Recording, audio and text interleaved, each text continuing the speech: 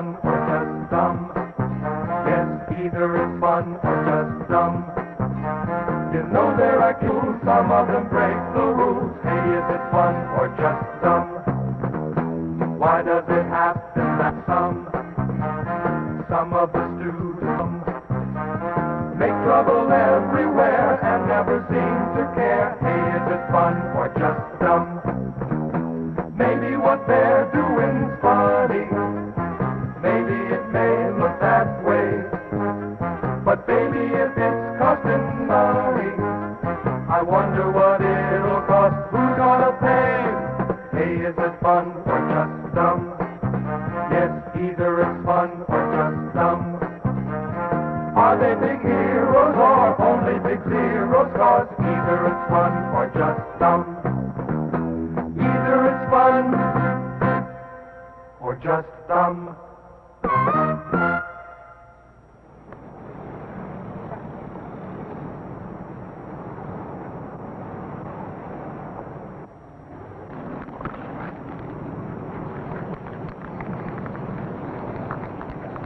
Hey, what are you doing there? Nothing. That's my wall you're writing on. I didn't hurt it any. You're defacing the wall. Look, man, it's already written on. Why pick on me? I know you. Now, either I call the police or you clean the whole wall. By definition, graffiti simply means writing or pictures scratched or inscribed on a surface. The term was first applied to the ancient drawings found on the walls of caves. In any event, graffiti is as old as civilization. Some of it is highly prized as a reflection of the culture from which it came. Even our founding fathers indulged in graffiti. George Washington's initials can still be seen on the rocks at Natural Bridge. Recently, some have labeled graffiti art. And indeed, it can be attractive, amusing, and interesting. Often, graffiti is encouraged as decoration on certain walls, fences, and sidewalks.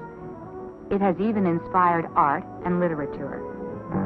On the other hand, by almost any standards, much graffiti is ugly, some of it distasteful, and a little of it offensive. One needs only to visit any major city to realize that the advent of spray can enamel and magic marker pens have given rise to a new look to America, which delights some and disturbs many. Young people must decide, is graffiti fun or is it dumb? The most famous and perhaps the most controversial graffiti is that blanketing the New York City subway system. One view is that subway graffiti, too, is a kind of art and worthy of praise. Well, it certainly does change the appearance of an often drab setting. Yet, graffiti here is a definite safety hazard and needless expense. The cost to the New York subway system alone exceeds $2 million per year. The expense is borne through higher prices. Apart from the costs are the risks of being caught and the danger of injury. A number of would-be artists have been hurt by subway cars and electric shock. Nationally, schools are frequent targets of graffiti. Although seen in virtually every area, it seems to be most concentrated in the inner cities and older neighborhoods. One reason it is not often found in the suburbs is that it is quickly removed when it appears. No one knows how much is spent totally on the correction of graffiti, but it is estimated that in schools alone the cost runs into tens of millions of dollars. Until a few years ago, graffiti was limited primarily to alleys, vacant buildings, and fences. Today, it appears almost everywhere. Not even works of art are spared. Nor is the natural environment immune. Graffiti is everywhere. I think graffiti's neat. It's our way to communicate. Graffiti is sneaky, done when people think nobody is watching. I can't see the fun or honesty in that. Besides, what they write is neither art nor literature. Some forms of graffiti may be highly destructive. 10 years ago, such damage to works of art was rare.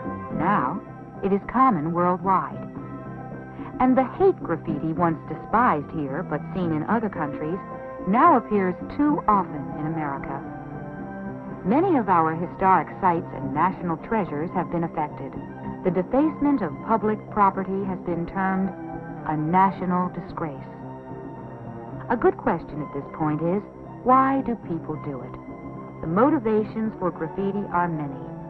Love, bravado, or even humor. But the motivations are not always so innocent. Graffiti may be hateful, insightful, or radical. Some experts say that graffiti is one way adolescents have to express their identities. They say this isn't really any different than putting titles on doors of offices or monograms on things that we own. Perhaps some of it is an attempt to be unique. However, another strong reason for graffiti seems to be peer pressure. In other words, some of it's done to show the other kids you're not afraid to do it, or merely to show how many times you can do it, or if you can put it on inaccessible places. But in still other cases, graffiti is used as a way to mark the territory or communicate in street language. Other graffiti rises out of anger, resentment, and psychological disturbance. In any event, it reveals a great deal about the artist's personality. The school board and the principal have approved your request to decorate the school walls, providing you submit your plans to the students for a referendum vote. So what do you want to do? Well, if they really mean it, why don't we go mod? What do you mean by mod? You know, Dayglow colors, wild designs, graffiti, anything that we want. Why graffiti? Because it's groovy, it's where it's at. That's not where it's at with me. I see graffiti in my neighborhood all the time, and I don't like it. If you want that kind of junk, you take it to your own neighborhood. What kind of wall do you want? I like murals, black art, pretty things, not profanity. It seems we're not in agreement. There's this about graffiti. It often starts a debate. Obviously, graffiti is a lot of different things, and it certainly can be a problem. There are many approaches to solving it. To combat the epidemic of graffiti on subway trains, some cities have begun to buy them already decorated. It is also used on buildings and fences. This idea of imitation graffiti, sometimes called walls of pride, is executed by artists. Some experts say this encourages rather than discourages more graffiti where it isn't wanted. Others have tried to control graffiti by allowing it to be applied in specific places. Many think that this is a good answer, but others say graffiti is only satisfying if you have to write and run. Schools have met the problem in a number of ways, everything from security guards to poster campaigns. Some schools require parents to pay for the damages. Others have attempted to solve the problem by architectural means or use of materials which are easily cleaned. I think the punishment should fit the crime, and those who create the graffiti should be required to clean it up. I think the answer comes from pride, because if you're proud of your school, you ask others not to deface it. Kids who write on toilet walls have psychological problems. Let's help them straighten out their heads. I believe we should attack the problem and not the symptoms. We should give the kids a chance to establish a territory or reinforce their identity. We should give them the responsibility to clean up a block in their neighborhood, or to plant a tree, or to paint a useful sign. And whatever they do, it should bear their names proudly. A lot of kids get themselves over a graffiti phase by doing something instead of. One day they decide that it's more fun to use their talents where they'll be appreciated. It's not that drawing on a wall somewhere is always such a bad thing, but it's not really a good thing either. The point is that you can get pretty much the same kick and better recognition in other ways. The solution to the problem of graffiti, then, seems to lie within each of us.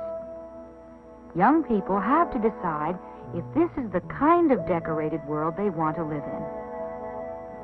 For a time, there was a certain romance attached to graffiti.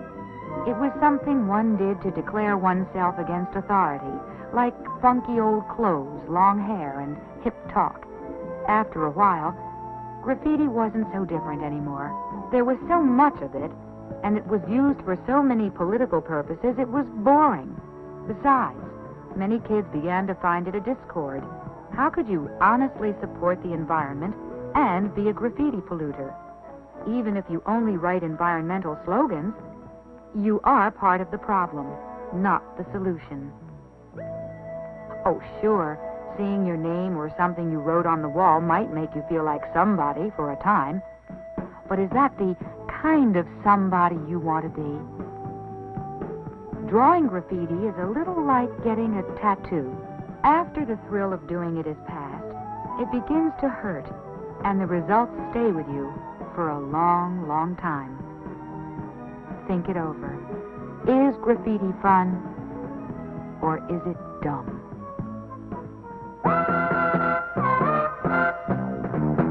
Hey, is it fun or just dumb? Yes, either it's fun or just dumb. You know there are kids in school, some of them break the rules. Hey, is it fun or just dumb?